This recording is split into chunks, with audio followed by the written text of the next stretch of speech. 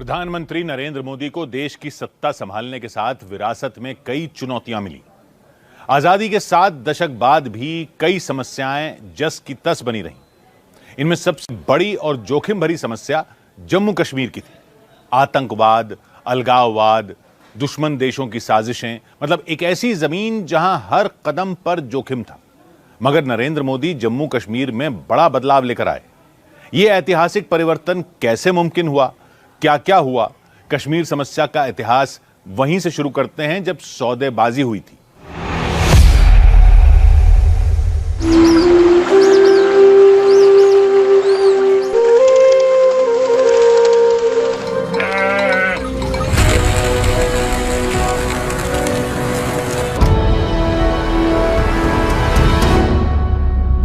लाल चौक में पोस्टर्स लगाए, दीवारों पे लिखा है, जिसने अपनी मां का दूध पिया हो वो श्रीनगर के लाल चौक में आए, आकर के भारत का तिरंगा झंडा फहराए, और अगर वो जिंदा वापस जाएगा तो आतंकवादी उसके नाम देंगे।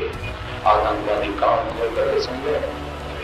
26 जनवरी को परसों, अब चंद घंटे बाकी हैं, लाल चौक में फैसला हो जाएगा किसने अपनी मां का दूध पिया। फैसला 26 जनवरी 1992 को हो गया था।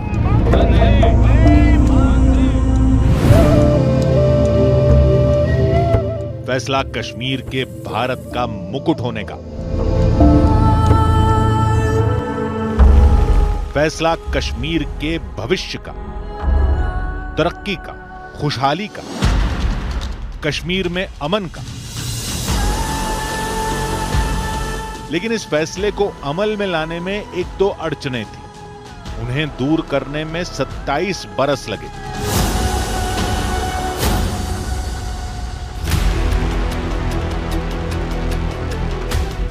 आखिरकार 5 अगस्त 2019 की तारीख को प्रधानमंत्री नरेंद्र मोदी के हाथों ही कश्मीर तमाम बंधनों से आजाद हुआ। प्रधानमंत्री ने यह ऐलान कर पक्की मोहर लगा दी कि अब कश्मीर में न आतंक बचेगा न आतंकी। कश्मीर की धरती पर अनुच्छेद 370 जैसे शूल फिर कभी उग नहीं पाएंगे। आर्टिकल 370 की जो दीवार थी ना, उस दीवार को मैंने कब्रिस्तान में गाड़ दिया है। और जो सपने संजो रहे हैं वो कान खोल करके सुन ले। दुनिया की कोई ताकत दोबारा 370 नहीं ला सकती।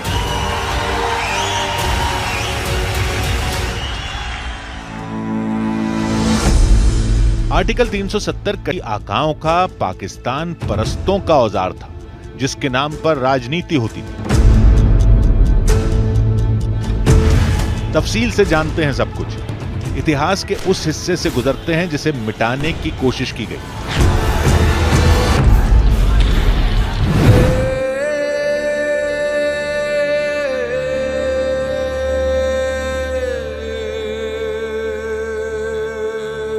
जम्मू कश्मीर, जहां है स्वयंभू बाबा बर्फानी,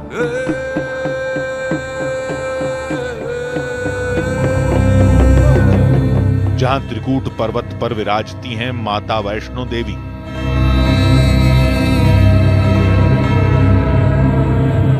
ऋषि कश्यप की वही तपोभूमि, जहां महाभारत काल में अर्जुन ने की तपस्या, जिसकी राजधानी श्रीनगर को सम्राट अशोक ने बसाया।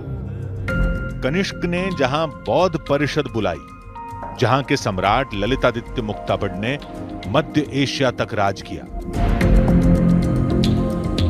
वही कश्मीर जिसे अफगानिस्तान के दुर्रानी सुल्तानों और मुगल बादशाहों ने शमशीर पर रखा, जहां कभी सिख महाराजा रणजीत सिंह का केसरिया ध्वज लहराया। उसी जम्मू कश्मीर को अंग्रेजों ने सिर्फ 75 लाख रुपए में बेच डाला था। 16 मार्च 1846, अमृतसर, पंजाब। अंग्रेजों ने भीषण लड़ाई में सिख राजाओं को परास्त किया था। हार के बाद महाराजा रणजीत सिंह के उत्तराधिकारी 2 बड़े अंग्रेज अफसरों के साथ एक सौदे के लिए अमृतसर में जुटे थे। अंग्रेज अफसरों के नाम थे फ्रेडरिक करी और brevet major Henry Montgomery Lawrence. इनके साथ जम्मू कश्मीर की सेल डीड डोगरा राजा गुलाब सिंह के साथ होनी थी। जम्मू कश्मीर रियासत की कीमत तय की गई 75 लाख नानक शाही रुपया। ट्रीटी ऑफ अमृतसर पर तत्कालीन governor general sir Henry Hardinge ने मोहर लगाई, जिसके बाद डोगरा राजाओं ने अंग्रेजों की शर्तों पर जम्मू कश्मीर में सत्ता संभाली। गुलाब सिंह के बाद जम्मू कश्मीर में उनके बेटे रणबीर सिंह ने 1856 से 1885 तक, फिर रणबीर सिंह के बेटे प्रताप सिंह ने 1885 से 1925 तक राज किया। 1925 में प्रताप सिंह के छोटे भाई के बेटे हरि सिंह जम्मू कश्मीर के राजा बने। बंटवारे और देश की आजादी के बाद जम्मू कश्मीर एक बार फिर तिराहे पर आ पहुंचा था, जहां एक तरफ डोगरा राजा थे, दूसरी तरफ पाकिस्तान। तीसरा रास्ता भारत का था।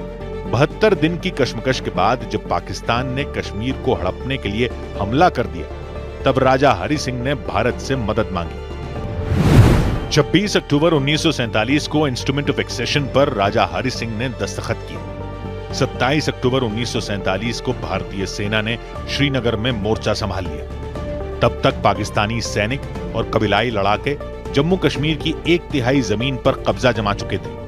दुश्मन सेना तेजी से श्रीनगर की तरफ बढ़ रही थी। मीरपुर, मुजफ्फराबाद, बारामूला में कबीलों के कपड़ों में पाकिस्तानी सेना के जवानों ने लूटपाट और नरसंहार शुरू कर दिया था। लेकिन जब भारत के शूरवीरों से पाकिस्तानी फौज का मुकाबला शुरू हुआ तो बाजी पलट गई। घुसपैठियों को भारतीय सैनिकों ने खदेड़ खदेड़ कर मारा। श्रीनगर, जम्मू, लेह और लद्दाख से दुश्मन सेना को पीट कर भगा दिया गया। जब भारतीय सेना लगातार बढ़त बनाने लगी तब पाकिस्तान संयुक्त राष्ट्र भागा। इसके बाद आधिकारिक तौर पर भारत ने जनवरी 1948 में यूएन सिक्योरिटी काउंसिल में यह मामला उठाया, जहां यूएन में पाकिस्तान ने युद्ध को कबीलाई विद्रोह साबित करने की नाकाम कोशिश की। वहीं भारत ने पाकिस्तान के सारे झूठ का सबूतों के आधार पर पर्दाफाश किया। 1 जनवरी 1949 को पाकिस्तान ने सरेंडर करते हुए युद्ध विराम की गुहार लगाई। जिन शर्तों पर भारत युद्ध विराम के लिए तैयार हुआ, उन्हें भी पाकिस्तान ने कभी नहीं माना। युद्ध विराम की जरूरी शर्तें ये थी। पहली, अस्थायी नियंत्रण रेखा तय की जाए। आगे चलकर यही लाइन ऑफ कंट्रोल कही जाने लगी। पाकिस्तान कश्मीर के कब्जे वाली जमीन खाली करे, फिर जनमत संग्रह होगा। सीमा पार पाकिस्तानी सैनिकों की तैनाती में कमी की जाए। आदत से मजबूर पाकिस्तान दुनिया को सिर्फ धोखा देता रहा। वहीं जिस यूएन में कश्मीर का हल निकलना था, वहीं ये पहेली बनकर उलझा दिया गया था। पाकिस्तान ने वक्त वक्त पर युद्ध के जरिए जम्मू कश्मीर पर कब्जे की कोशिशें की। हर बार पाकिस्तान हारता रहा। 1965 से कारगिल तक पाकिस्तान मार खाता रहा। जब युद्ध में भारत से कभी भी जीत नहीं पाने का यकीन पाकिस्तानी जनरलों को हुआ, तो फिर कश्मीर को आतंक का गढ़ बनाने की साजिशें शुरू की गईं। मजहबी उन्मादी, अलगाववादी और आतंकी संगठनों ने कश्मीर घाटी को बारूदी बियाबान बना दिया था। 90 के दशक के उसी दौर में नरेंद्र मोदी ने कश्मीर में कदम रखा था। दिल्ली हाईकोर्ट 10 नवंबर 2025 को एनआईए की एक अपील पर सुनवाई करेगी। अपील में एनआईए ने सजा याफ्ता आतंकी सरगना यासीन मलिक की उम्र कैद की सजा को फांसी में बदलने की मांग की है। यासीन मलिक का दामन कश्मीरी पंडितों के खिलाफ चलाए गए आतंक और हिंसा के लिए दागदार है। यासीन मलिक जम्मू कश्मीर लिबरेशन फ्रंट का सरगना है। 2017 में यासीन मलिक को गिरफ्तार किया गया। यासीन मलिक को लश्कर चीफ हाफिज सईद के साथ मंच साझा करते हुए देखा गया था। पाकिस्तानी जनरलों के इशारे पर यासीन जैसे कई आतंकी आकाओं ने कश्मीर घाटी को दहशतगर्दी की आग में झोंक दिया था। 14 सितंबर 1989 से यह सिलसिला शुरू हुआ। 14 सितंबर 1989, चिंकरा मोहल्ला, श्रीनगर। जम्मू कश्मीर लिबरेशन फ्रंट के आतंकियों ने टीकालाल टपलू को गोलियों से भून दिया। पेशे से वकील टपलू तब घाटी में बीजेपी उपाध्यक्ष थे। यह हत्याकांड घाटी से कश्मीरी पंडितों को जड़ से उखाड़ने की शुरुआत थी। इसके बाद रिटायर्ड जज नीलकंठ गंजू और पत्रकार प्रेमनाथ भट्ट की जान ली गई।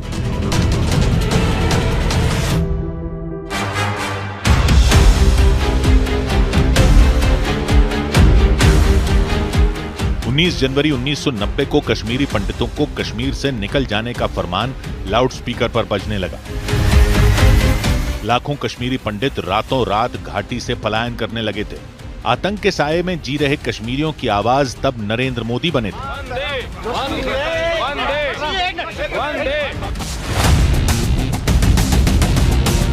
आतंकियों और अलगाववादियों के खिलाफ भारतीय जनता पार्टी ने एकता यात्रा निकालने की योजना बनाई। यात्रा के सफल आयोजन का जिम्मा नरेंद्र मोदी को सौंपा गया। एकता यात्रा देश के दक्षिणी छोर कन्याकुमारी से लेकर कश्मीर के लाल चौक पर तिरंगा फहराने तक निकाली जानी थी। नरेंद्र मोदी ने एकता यात्रा की शुरुआत जिस अंदाज में की, उसने देशवासियों का दिल जीत लिया। शहीद आजम भगत सिंह के भाई राजेंद्र सिंह, आजादी की लड़ाई में फांसी का फंदा चूमने वाले राजगुरु के भाई देवकी नंदन, परमवीर चक्र विजेता अब्दुल हमीद के बेटे जुबैद अहमद और अली हसन, एक जगह एक फ्रेम में महान विभूतियों को जुटाने का अद्भुत आइडिया नरेंद्र मोदी का था। आतंक के खिलाफ नरेंद्र मोदी ने देशभक्तों की ऐसी कतार खड़ी कर दी जो हर गुजरते दिन के साथ आगे ही बढ़ती गई। 11 दिसंबर 1991 को कन्याकुमारी में एकता यात्रा के शुभारंभ की ये तस्वीर देखिए, जिसमें मुरली मनोहर जोशी को राष्ट्रीय ध्वज तिरंगा सौंपा गया था। लेकिन कन्याकुमारी में एकता यात्रा के लिए लोगों को जोड़ना आसान नहीं था, क्योंकि तब भारतीय जनता पार्टी की तमिलनाडु जैसे प्रदेश में जमीन भी तैयार नहीं थी। ऐसे में नरेंद्र मोदी ने देश भर से कार्यकर्ताओं को कन्याकुमारी तक आने का आह्वान किया। उन्होंने एक एक आदमी का ख्याल खुद रखा। एकता यात्रा में शामिल रहे केतन देवानी बताते हैं कि नरेंद्र मोदी ने उन्हें किस तरह एकता यात्रा में जोड़ा। त्रिवेंद्रम जाना था, वहां से फिर कन्याकुमारी से यात्रा चलने वाली थी। तो मैंने नरेंद्र भाई को बताया कि भाई मैं आऊँगा तो मैं क्या करूँगा त्रिवेंद्रम में आकर, मुझे तो कोई जानता नहीं है, मैं कैसे आऊँगा। बोले तुम चिंता मत करो, मैं खुद तुम्हें लेने आऊँगा स्टेशन पर। तो जब मैं त्रिवेंद्रम पहुँचा तो सच में नरेंद्र भाई स्वयं वो लेने मुझे स्टेशन पर आए। एकता यात्रा में नरेंद्र मोदी दूसरों का ख्याल रखते थे, लेकिन उनकी फिक्र कौन करता था, ये जानिए यशोधरा राजे सिंधिया से। आदरणीय मोदी जी के दरवाजे पे उनने 1 बजे रात को खटखटाया तो मोदी जी आश्चर्य होके निकले बाहर अपने कमरे से। तो ने कहा जी राजनाथ जी क्या, और ये दूध ये जिसमें मैंने थोड़ा सा हल्दी डाला है ताकि आपकी सहूलियत ठीक हो, आप इसको पीजिए ताकि आपको आगे के लिए भी तकलीफ नहीं होगी। तो राजमाता साहब जैसे हस्ती इतनी बड़ी तैयार हैं सबको देखने के लिए। हम लोग जो यात्रा में लगे हुए हैं एक एक को पूछ रही हैं। तो वो चीज़ मोदी जी हमेशा रिपीट करते हैं जब हम जैसे लोगों से मिलते हैं कि मैं भूल नहीं सकता। यात्रा बहुत लंबी थी, सभी राज्यों में अलग अलग प्रभारी थे, उनका कोऑर्डिनेशन नरेंद्र मोदी करते थे। इन सब के बीच उन्हें आतंकियों को मुंह तोड़ जवाब देने वाले ओजस्वी भाषण भी देने होते थे।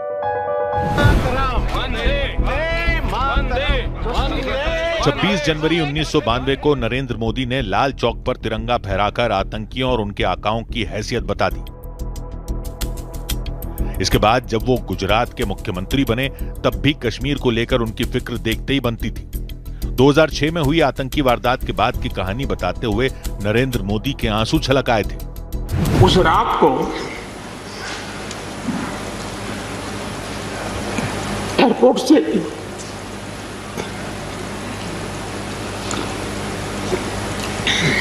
उन्होंने मुझे फोन किया और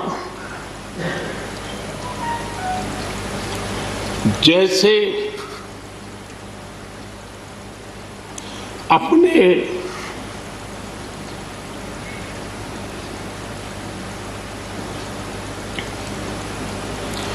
परिवार के सदस्य की चिंता करें,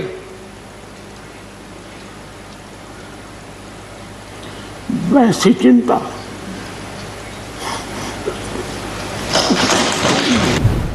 पद, सत्ता जीवन में आती रहती है, लेकिन उसे कैसे पचाना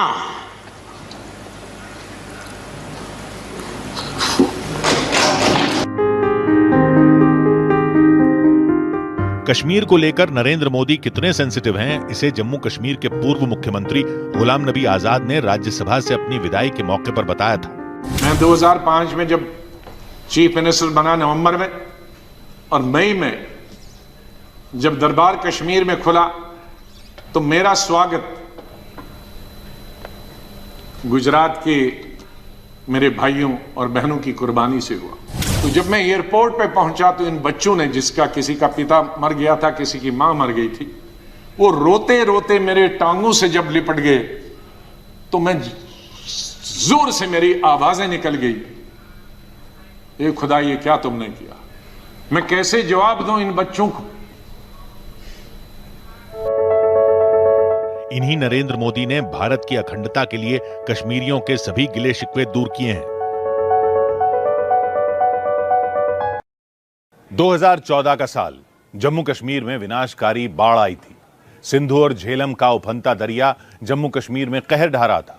सूबे के 16 जिले जलमग्न हो गए थे। बाढ़ की विनाश लीला श्रीनगर, अनंतनाग, बारामूला, बांदीपुरा में सबसे ज्यादा दिखाई दे रही थी।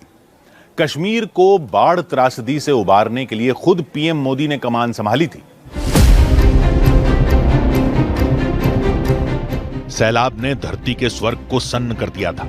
श्रीनगर के बाढ़ में डूब जाने का खतरा मंडराने लगा था। कुदरती आपदा से लोहा लेने भारतीय सेना को उतरना पड़ा। लाखों लोग बेघर और बेसहारा थे। कश्मीर घाटी में राहत बचाव के काम की निगरानी प्रधानमंत्री नरेंद्र मोदी ने खुद की। उन्होंने जम्मू कश्मीर को मदद पहुंचाने के लिए जितना हो सका उतनी आर्थिक मदद पहुंचाई। राष्ट्रीय आपदा प्रतिक्रिया कोष से जम्मू कश्मीर में आई बाढ़ के लिए 1602.56 करोड़ रुपए दिए गए। प्रधानमंत्री राहत कोष से 770 करोड़ की आर्थिक मदद दी गई। जम्मू कश्मीर के पुनर्निर्माण के लिए अतिरिक्त सहायता करते हुए 2437 करोड़ रुपए दिए गए। कुल मिलाकर विनाशकारी बाढ़ से निपटने के लिए 5000 करोड़ की आर्थिक मदद की गई। प्रधानमंत्री नरेंद्र मोदी ने मां हीराबेन से जन्मदिन पर मिले उपहार को भी जम्मू कश्मीर की मदद के लिए सौंप दिया था।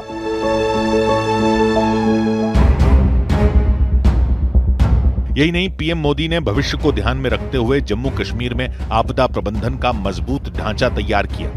बाढ़ त्रासदी से बचाने वाले नरेंद्र मोदी की तब से दिल खोलकर तारीफें शुरू हुई। लेकिन कश्मीर को लेकर पीएम मोदी के प्लान का आइडिया किसी को नहीं था। प्रधानमंत्री नरेंद्र मोदी ने आतंक के खिलाफ युद्ध स्तर पर अभियान शुरू किया। सबसे पहले निशाने पर लिए गए पाकिस्तान परस्त अलगाववादी। पीएम मोदी ने टेरर के इकोसिस्टम पर प्रहार किया। अलगाववादियों की फंडिंग पर लगाम लगाई गई। घाटी में बात बात पर पत्थर बरसाने वाले गिरोहों की शिनाख्त शुरू की गई। पत्थरबाजों और उनके कमांडरों की कलई खुलने के बाद उन्हें जेल का रास्ता दिखाया गया, जिससे पत्थरबाजी का ग्राफ गिरने लगा। साल 2016 में कश्मीर में 2808 बार पत्थरबाजी हुई थी।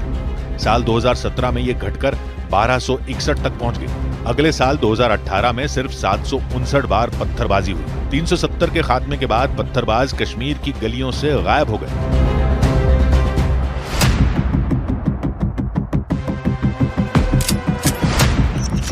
आतंक के पोस्टर बॉय बनने की ख्वाहिश रखने वालों को सुरक्षा बल ने सीधे जहन्नुम का टिकट थमा दिया।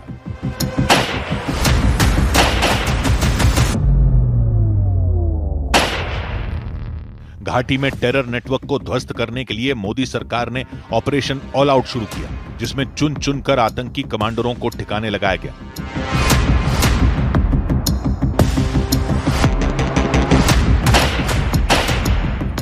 आतंकियों का सफाया शुरू होते ही हमलों में भारी कमी आई। साल 2019 में जम्मू कश्मीर में 286 आतंकी हमले हुए थे। साल 2020 में घाटी में आतंकी हमले घटकर 126 रह गए। 2 साल बाद 2022 में कश्मीर घाटी में सिर्फ 95 आतंकी वारदात दर्ज हुई। 2023 में सिर्फ 41 आतंकी हमलों की कोशिशें की गई। हमारा प्रयास है जल्द से जल्द, परंतु मान्यवर आंकड़े में कहना चाहता हूं समाप्ति के कगार पर है। आतंकवादी घटनाओं में 70% कमी, नागरिकों की मृत्यु 1770 हुई थी, अब नागरिकों की मृत्यु 357 हुई है। मान्यवर 80% की कमी। और सिक्योरिटी फोर्सेस 1060 मारे गए थे, अब 542 मारे गए हैं। मान्यवर 49% की कमी। मोदी सरकार ने कश्मीर के लोकल टेरर नेटवर्क तबाह करने के लिए 2 फ्रंट पर बराबर काम किया। एक तरफ आतंक पर प्रहार तो दूसरी तरफ कश्मीर का विकास किया गया। सरकारी आंकड़ों के मुताबिक 2019 के बाद 80,000 करोड़ रुपए के निवेश से जम्मू कश्मीर में रोजगार और उद्योग को बढ़ावा दिया गया। मार्च 2025 तक भारत नेट के तहत 9,789 फाइबर टू होम कनेक्शन शुरू किए गए। एम्स जम्मू और एम्स अवंतीपुरा को पीएम मोदी ने धरातल पर उतारा। 2019 तक जम्मू कश्मीर के सभी गांवों तक बिजली पहुंचाई गई। श्रीनगर हवाई अड्डे को इंटरनेशनल दर्जा देकर आधुनिक टर्मिनल बनाया गया। मोदी सरकार की कोशिशों से कश्मीर में साल 2023-24 के बीच रिकॉर्ड तोड़ 2 करोड़ 12 लाख पर्यटक पहुंचे। जब श्रीनगर में G20 जैसा इंटरनेशनल इवेंट होता है तो हर कश्मीरी को गर्व से उसका सीना भर जाता है। आज जब लाल चौक पर देर शाम तक हमारे बाल बच्चे खेलते खिलखिलाते हैं तो हर भारतीय आनंद से भर जाता है। आज जब यहां सिनेमा हॉल में, बाजारों में रौनक दिखती है तो सबके चेहरे खिल उठते हैं। 2023 में श्रीनगर में हुई G20 शेरपा मीटिंग ने नए कश्मीर की इंटरनेशनल इमेज बना दी। वहीं चुनावों में जन भागीदारी ने कश्मीर पर पाकिस्तानी प्रोपेगेंडा को धुआं कर दिया। जम्मू कश्मीर में पंचायत चुनावों में 70% से ज्यादा मतदान हुआ। इसके बाद 2024 के राज्य विधानसभा चुनावों में वोटर टर्नआउट 63.88% दर्ज हुआ। हिंसा, आतंकवाद मतलब कश्मीर का नाम आता है, लेकिन उस कश्मीर में पंचायतों के चुनाव हुए। 30,000 के करीब लोग मैदान में थे। एक पोलिंग बूथ पर एक भी हिंसा की घटना नहीं हुई। लोकतंत्र का उत्सव जम्मू कश्मीर में धूमधाम से मनाया गया। जम्मू कश्मीर में शांति, लोकतंत्र और विकास का नया अध्याय शुरू करने वाले नरेंद्र मोदी जब भी कश्मीर गए, उनके स्वागत में जनसैलाब उमड़ा। इस नए जम्मू कश्मीर की आंखों में भविष्य की चमक है। इस नए जम्मू कश्मीर के इरादों में चुनौतियों को पार करने का हौसला है। आपके इन मुस्कुराते चेहरे देश देख रहा है और आज 140 करोड़ देशवासी सुकून महसूस कर रहे हैं। जब जब घाटी में केसर की गंध और ट्यूलिप के रंग घुलते हैं, कश्मीर से भारत की खुशबू फैलती है। धरती के इसी स्वर्ग में इंसानियत की नई तहरीर नरेंद्र मोदी ने रची है। जम्मू कश्मीर के हैदरबेग में 108 फीट ऊंचा राष्ट्रीय ध्वज लहराता है। उत्तर कश्मीर के कुपवाड़ा के लंगेट पार्क से LOC के पास कमान चौकी तक 108 फीट ऊंचा तिरंगा शान से लहराता है। नरेंद्र मोदी सरकार ने जब आजादी का अमृत महोत्सव मनाया तो जम्मू कश्मीर के कई खूंखार टेरर कमांडरों के घर पर तिरंगा फहराया गया। डोडा में लश्कर कमांडर हारून उर्फ खुबैब के घर पर उसके पिता ने राष्ट्रीय ध्वज फहराकर गर्व से भारत में आस्था जताई। कश्मीर की वादियों में घर घर तिरंगा लहराना सिर्फ एक पर्व नहीं, बल्कि भारत माता के प्रति अटूट आस्था और एकजुटता का प्रमाण है।